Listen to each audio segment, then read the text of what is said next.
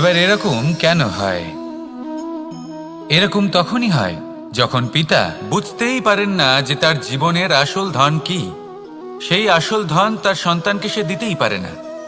যদি পিতা তার সন্তানকে কর্মের জ্ঞান দিতে পারেন, উচিত কোনটা অনুচিত কোনটা সেই শিক্ষা দিতে পারেন, সংস্কারের প্রকৃত শিক্ষা দিতে পারেন, তবে সেটা ধনের থেকে অনেক বেশি গুরুত্বপূর্ণ। এটাই হলো জীবনের বাস্তব ধন। আপনি সেই কথা তো অবশ্যই শুনে থাকবেন, কুসন্তান হলে ধন সঞ্চয় করে কি হবে, সুসন্তান হলে ধন সঞ্চয় করে কি হবে।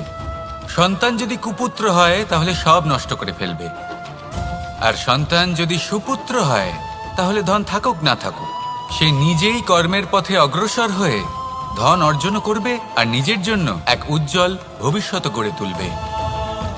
তাই সন্তানকে সম্পদ দেওয়ার আগে কর্মের জ্ঞান দান করুন, সুশিক্ষা প্রদান করুন, কারণ এটাই হলো জীবনের প্রকৃত ধন। আসুন আর আমার সাথে ভালোবেসে বলুন, রাধা রাধা।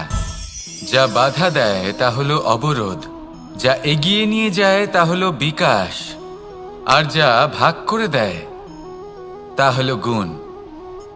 আপনি সবাইকে আনন্দ দিন, তার বদলে আপনিও আনন্দ পাবেন। আপনি সবার মধ্যে প্রেম ছড়ান, আপনিও তার বদলে প্রেমই পাবেন। এই দেখুন না, মেঘেদের দেখুন। এই যে মেঘ, এই মেঘের গুণ এইটা নয় যে এরা জল সংগ্রহ করে রাখে। এদের গুণ হলো এটাই যে এই মেঘ সকলের মধ্যে জল ভাগ করে দেয়। ধরিত্রীর এবং জগতের তৃষ্ণা নিবারণ হয়। সূর্য, সূর্যের গুণ এইটা নয় যে সে সব থেকে বেশি তেজস্বী। তার গুণ হলো এটাই যে সে নিজের তেজ সবার মধ্যে ভাগ করে দিতে পারে। ঠিক সেইভাবেই জীবনে আনন্দ, উল্লাস, প্রেম এই সব কিছুই ভাগ করে নিতে শিখুন। এটাই হলো একটা গুণ, আর তার বদলে আপনি দ্বিগুণ আনন্দ, দ্বিগুণ উল্লাস, দ্বিগুণ প্রেম অবশ্যই পাবেন। যদি আপনি এই সব কিছু নিজের কাছেই জমিয়ে রাখেন তাহলে আপনি নিজের বিকাশে নিজেই বাধা দেবেন। আসুন আর আমার সাথে ভালোবেসে বলুন, রাধা রাধা। রাত্রিবেলায় যখন আলোকিত জোনাকিদের দেখেন তখন মন প্রসন্ন হয়ে ওঠে। এদের দেখতে খুবই সুন্দর লাগে। আর এমন ঠিক কেন হয়? প্রথম হলো এটাই যে রাতের বেলায় চতুর্দিক অন্ধকারাচ্ছন্ন থাকে। এমত অবস্থায় যদি আমরা কোথাও একটু প্রকাশ দেখি তাহলে সেটাই আশার কিরণের ন্যায় মনে হয়। সেই প্রকাশই আমাদের মন প্রসন্ন করে তোলে। আর সেই জন্য যে সকল মানুষ রাতের বেলায় কোনো জোনাকি দেখতে পান তারা প্রসন্ন হয়ে যান। এবার কখনো কখনো জীবনে আমাদের মনে হয় যে চতুর্দিকে শুধুমাত্র অন্ধকারই হয়ে আছে। প্রত্যেকেরই তা কখনো মনে হয়। আর তখনই আমাদের নিরাশ হলে চলবে না, আমাদের দুঃখী হলে চলবে না। সেই সময় আমাদের খুঁজতে হবে নিজেদের আশেপাশে, চতুর্দিকে আর কোথাও না কোথাও আমরা প্রকাশ অবশ্যই দেখতে পাব, আশার একটা কিরণ অবশ্যই দেখতে পাব।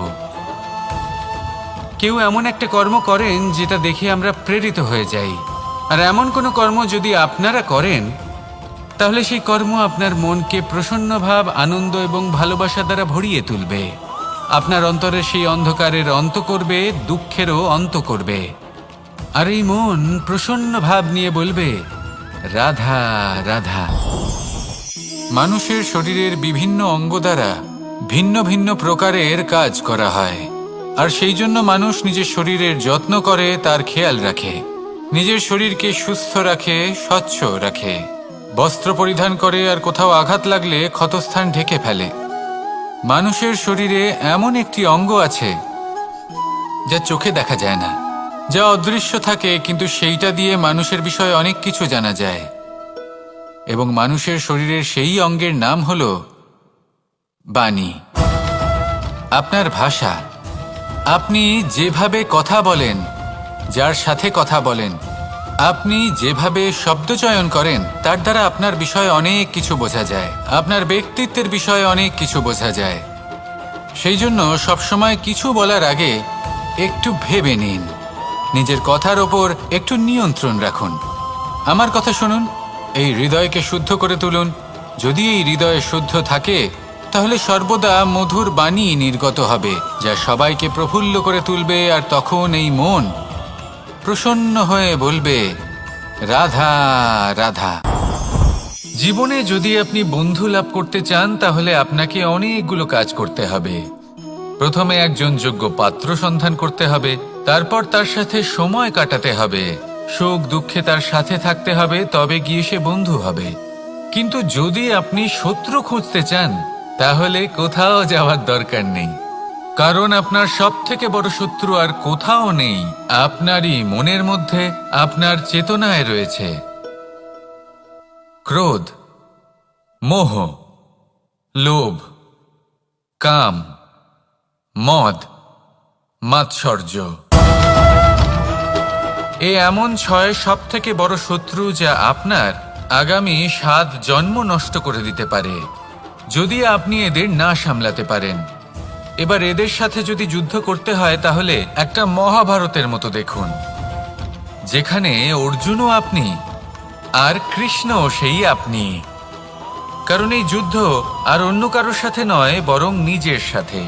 এগুলো অন্তর মনের যুদ্ধ, আর এটা জয় করা যেতে পারে নিয়ন্ত্রণ এবং অনবরত চেষ্টার দ্বারা। তাই এটাই করুন, এই 6 শত্রুকে পরাজিত করুন এবং আমার সাথে ভালোবেসে বলুন, রাধা রাধা। কোনো গাছের গায়ে লেগে থাকা ফলকে দেখুন, সে কতটা সুখী অনুভব করে, কতটা সুরক্ষিত অনুভব করে। তার যে খাবারের প্রয়োজন পড়ে তা সে গাছের শিকড় থেকে পেয়ে যায়। গাছের শাখা, ডাল তাকে সাহায্য করে থাকে, পাতা তাকে আশ্রয় দেয়, ওকে ছায়া প্রদান করে। কিন্তু সেই ফল যদি ওখানেই থাকে তাহলে কি হবে? উচিত হবে না। ওই ফলকে ছেড়ে পড়ে যেতে হবে, মাটিতে পড়তে হবে, সেটা ফেটে যেতে হবে, নিজের বীজকে মাটির নিচের অন্ধকারে পৌঁছে দিতে হবে। তারপর সে রূপ পাল্টাবে আর এক অঙ্কুরে রূপান্তরিত হবে। অঙ্কুর যা বৃক্ষে রূপান্তরিত হবে, বৃক্ষ যা অনেক ফলকে জন্ম দেবে। সেইভাবেই আপনি জীবনে যদি মহান কিছু করতে চান, শ্রেষ্ঠ কোনো কাজ করতে চান, তাহলে আপনাকে সুরক্ষা ক্ষেত্র থেকে বেরিয়ে আসতেই হবে আর কর্ম করতে হবে। দেখুন, সোনাকেও কুন্দন হবার জন্য তপ্ত হতে হয়, আপনাকেও মহান হবার জন্য কর্ম তো করতেই হবে। তাই কর্ম করুন, মহান হয়ে উঠুন, আর আমার সাথে ভালোবেসে বলুন, রাধা রাধা। সঙ্গীত হলো আমার অত্যন্ত প্রিয়। আমার বাঁশির সুর আমার মনের শান্তি এবং ভালোবাসার প্রতীক। সেই জন্য যে ব্যক্তি আমার বাঁশির সুর শোনেন তিনিও সেই শান্তি এবং ভালোবাসা অনুভব করতে পারেন। শুধু এটাই তো শিখতে হবে। আমরা জীবনে যখনই কোনো কর্ম করি তখন মনের মধ্যে ইতিবাচক বোধ থাকা উচিত, মনে ভালোবাসা থাকা উচিত। এটা হলো অত্যন্ত গুরুত্বপূর্ণ। যদি আপনার মনের ভেতরে ঘৃণা, বিদ্বেষ, ক্রোধ, ঈর্ষা এইসব বোধ থাকে এবং আপনি কোনো কর্ম করেন, তাহলে আপনি এই আবেগগুলোই সংসারে ছড়িয়ে দেবেন। আপনার আশেপাশের মানুষজন এই বোধ অনুভব করবেন, এগুলোই অনুসরণ করবেন, আর এই সব আবেগই আপনি আশেপাশে দেখতে পাবেন। তার বদলে যদি মনের মধ্যে ভালোবাসা থাকে, ইতিবাচক বোধ থাকে, সত্যের প্রতি শ্রদ্ধা এবং করুণা থাকে, তাহলে এই সকল আবেগ আপনি সংসারের মধ্যে ছড়িয়ে দেবেন, আর সেটাও মানুষ অনুভব করবেন এবং এগুলো অনুসরণ করবেন।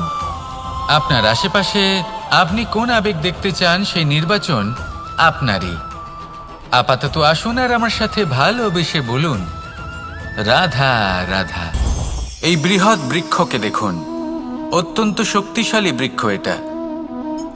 এটা সবারই প্রিয়, তা সে ছোট হোক বা বড়, বৃদ্ধ হোক বা জোয়ান, সবাই ভালোবাসে এই বৃক্ষকে। আর সত্যি বলতে এই বৃক্ষ সবাইকে সেবা করে, সবাইকে ফল দান করে, সবাইকে ছায়া প্রদান করে। দূর থেকে দেখে মনে হয় এর কোনো পরিচর্যার প্রয়োজনই নেই, কিন্তু একজন কুশল মালী এইভাবে ভাবেন না। তিনি সময় অন্তরে খুব খুঁটিয়ে এই গাছ নিরীক্ষণ করেন, দেখতে থাকেন। যদি কোনো এমন শাখা থাকে যা রোগগ্রস্ত, তাহলে সেটা কেটে আলাদা করে দেন।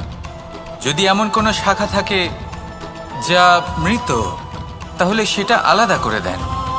আর এইভাবে উপযুক্ত দেখাশোনা করার কারণেই এই বৃক্ষ এইভাবে সুস্থ হয়ে থাকে, সতেজ হয়ে থাকে, সবার সেবা করতে থাকে। আপনাকেও নিজের সাথে সেটাই করতে হবে। নিজের জন্য আপনাকে একজন কুশল মালী হয়ে উঠতে হবে। রক্ষা করতে হবে নিজের শরীরের, নিজের মনের।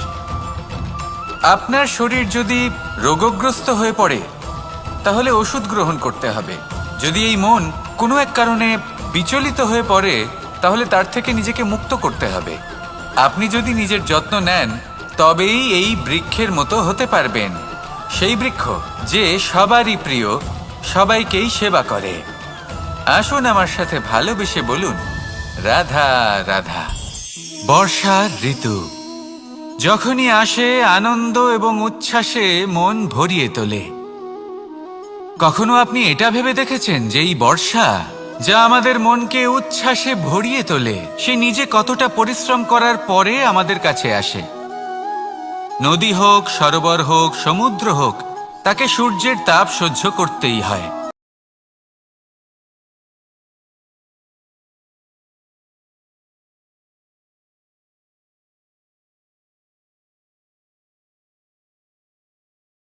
বর্ষা আমাদের গায়ে ঝরে পড়ে, কারোর তৃষ্ণা নিবারণ করে, আবার কাউকে আশ্বাস দিয়ে যায়। সেইভাবে জীবনে যদি আমাদের কোনো বড় কাজ করতে হয় তাহলে আমাদের কঠোর এবং নিরন্তর পরিশ্রম করতেই হবে। আর যে ব্যক্তি এই পরিশ্রম করার পরেও কোনো একটি নির্দিষ্ট স্থানে পৌঁছে যাবার পরেও বিনম্র থাকেন, সেই ব্যক্তি অমরত্ব লাভ করেন। তিনি হলেন সেই ব্যক্তি যাকে সমগ্র সংসার ভালোবাসেন। তাহলে সবসময় মনের মধ্যে বিনম্র ভাব বজায় রাখুন আর আমার সাথে ভালোবেসে বলুন, রাধা রাধা। আমাদের সকলের জীবনেই দুই ধরনের ব্যক্তি থাকেন, বন্ধু এবং শত্রু। তারা হলেন আমাদের প্রিয় বন্ধু, যারা আমাদের জীবনে সবসময় আমাদের পাশে থাকেন। কখনো কখনো আমরা তাদের জন্য কিছুই করি না, তাও তারা আমাদের আনন্দ প্রদান করেন, ভালোবাসা প্রদান করেন। আর অন্যদিকে থাকে আমাদের শত্রু। দেখতে গেলে যখন আমরা জন্ম নিই তখন কিন্তু আমাদের কোনো বন্ধু থাকে না, আমাদের কোনো শত্রুও থাকে না। কিন্তু যত ধীরে ধীরে আমরা জীবনে এগোতে থাকি, আমাদের বয়স বাড়তে থাকে, তখন আমাদের বন্ধু আর শত্রু এই দুইয়ের সংখ্যা বাড়তে থাকে। আর সেই সবকিছু নির্ভর করছে আমাদের কথার ওপর এবং আমাদের ব্যবহারের ওপর। এবারে আপনি যদি কোনো ব্যক্তিকে স্বাগত জানান উদার চিত্তে, ভালোবেসে, তাহলে সেই ব্যক্তি আপনার বন্ধু হবেই হবে। কিন্তু যদি আপনি নিজে হাতে কাউকে সামনে অগ্রসর হতে বাধা দেন, বিনা কারণে তার সাথে খারাপ ব্যবহার করেন, তাহলে তার মনে শত্রুতার বোধ অবশ্যই জেগে উঠবে। আর রইল বিষয় কথার, যদি আপনার কথা মধুর হয় তাহলে সবাইকে আপনি আপন করে নিতে পারবেন। এই কথাই যদি কটু হয় তাহলে আপনার আপনজনেরাও দূরে চলে যেতে পারে। তাই নিজের কথার ওপর সংযম রাখুন এবং নিজের আচরণ উদার করে তুলুন। জীবনে সুখই সুখ থাকবে। আসুন আমার সাথে ভালোবেসে বলুন, রাধা রাধা। এই সংসারের সব থেকে বড় রোগ কোনটা? কেউ বলবে মানসিক রোগ, কেউ বলবে সেই রোগ যা সর্পদংশনের ফলে হয়ে থাকে। এই সংসারে ভিন্ন ভিন্ন ধরনের রোগ আছে এবং তার সাথে ভিন্ন ভিন্ন ধরনের যন্ত্রণাও রয়েছে। এমন একটা রোগ আছে যা চোখে দেখা যায় না, যা আপনার শরীরে কোনো দাগ রেখে যায় না, কিন্তু আপনার আত্মাকে পর্যন্ত ক্ষত বিক্ষত করে, অসুস্থ করে তোলে, বিনাশ করে দেয় আপনাকে এবং তার সাথে আপনার আত্মাকেও। এই অসুখের নাম হলো লালসা। লালসা, যে কর্ম সাধন করেছেন তার থেকে বেশি ফল লাভ করার আশা। লালসা, যা আজ আছে তার থেকে অনেক বেশি লাভ করার ইচ্ছে। এই ইচ্ছে এই সংসারে সবার থেকে এগিয়ে থাকার আপনাকে প্রেরণা যোগাবে, কিন্তু তার জন্য আপনাকে অপরাধযোগ্য কাজ করতে উৎসাহিত করবে। আপনার বন্ধু, আপনার আত্মীয়, আপনার পরিবার, এই সবার থেকে আপনি কখন দূরে চলে যাবেন আপনি বুঝতেই পারবেন না। উচিত অনুচিত কোনটা, ধর্ম অধর্ম কোনটা, সব ভুলে যাবেন আপনি। সেই জন্য মনে রাখবেন, নিজের জীবনে যদি আপনি লালসার থেকে নিজেকে দূরে রাখতে পারেন তাহলে এর অর্থ হলো যে আপনি এই সংসারের সব থেকে বড় অসুখের ওপর বিজয় লাভ করেছেন। আসুন আমার সাথে ভালোবেসে বলুন, রাধা রাধা। বন হলো আমাদের সবারই প্রিয়। সেখানকার সৌন্দর্য, শান্তি, সেখানকার পরিবেশ আমাদের সকলের ভালো লাগে এবং সেখান থেকে আমরা কাঠ পাই, যা সংসারে আমাদের জীবনে আমাদের খুব সহায়ক হয়ে ওঠে। এর দ্বারা আমরা অনেক কিছুই প্রাপ্ত করতে পারি, অনেক বাদ্যযন্ত্র আমরা লাভ করতে পারি। এর অনেকভাবে প্রয়োগ সম্ভব। কিছু কাঠ অত্যন্ত সুগন্ধি হয় যা আমরা ঈশ্বরকে নিবেদন করি, যেমন চন্দন। এবার ভাবুন, একজন অসাবধানী ব্যক্তি, তার হাত থেকে ছোট্ট একটা আগুনের ফুলকি যদি সেখানে পড়ে, তাহলে তা সমগ্র বনকে ভস্ম করে দিতে পারে। আর যখন এই আগুন ছড়িয়ে পড়ে, তখন তা কাউকে রেহাই দেয় না। অন্য বৃক্ষকে নয়, পাতাকে নয়, ফলকে নয়, কাঁটাকে নয়, কাউকে নয়, পথে যাকে পায় তাকেই ভস্ম করে দেয়। এই ছোট্ট আগুনের ফুলকি। কিন্তু এই ছোট্ট আগুনের ফুলকি সবার আগে কাকে ভস্ম করে? সেই সকল ছোট ছোট শুকনো পাতা, সেই ছোট ছোট গাছের ডাল। ঠিক সেইভাবেই আপনার জীবনে একজন খারাপ ব্যক্তি এসে হয়তো আপনার সমগ্র জীবন ধ্বংস করে দিতে পারে। আর আপনার এই জীবনে এই ছোট ছোট শুকনো পাতা এবং এই ছোট ছোট শুকনো কাঠ আপনার ছোট ছোট স্বার্থ। আপনার স্বার্থের দ্বারা এই অশুভ ব্যক্তি আপনার মনে অশুভ আবেগ বাড়িয়ে তুলবে এবং আস্তে আস্তে আপনার জীবন শেষ করে দিতে পারে। তাই মনে রাখবেন, এই জীবন অমূল্য। আপনি হলেন অমূল্য। এই জীবন যাপন করুন এবং এই জীবনের কাছে পৌঁছানোর দ্বার আর কোথাও নেই, আপনার কাছেই আছে। আপনার মনে, আপনার বিবেকে, আপনার দৃষ্টিভঙ্গিতে, আপনার ভাবনাতেই আছে। এই দ্বারকে খুলুন, জীবন সফল হবে আর ভালোবেসে বলবে, রাধা রাধা।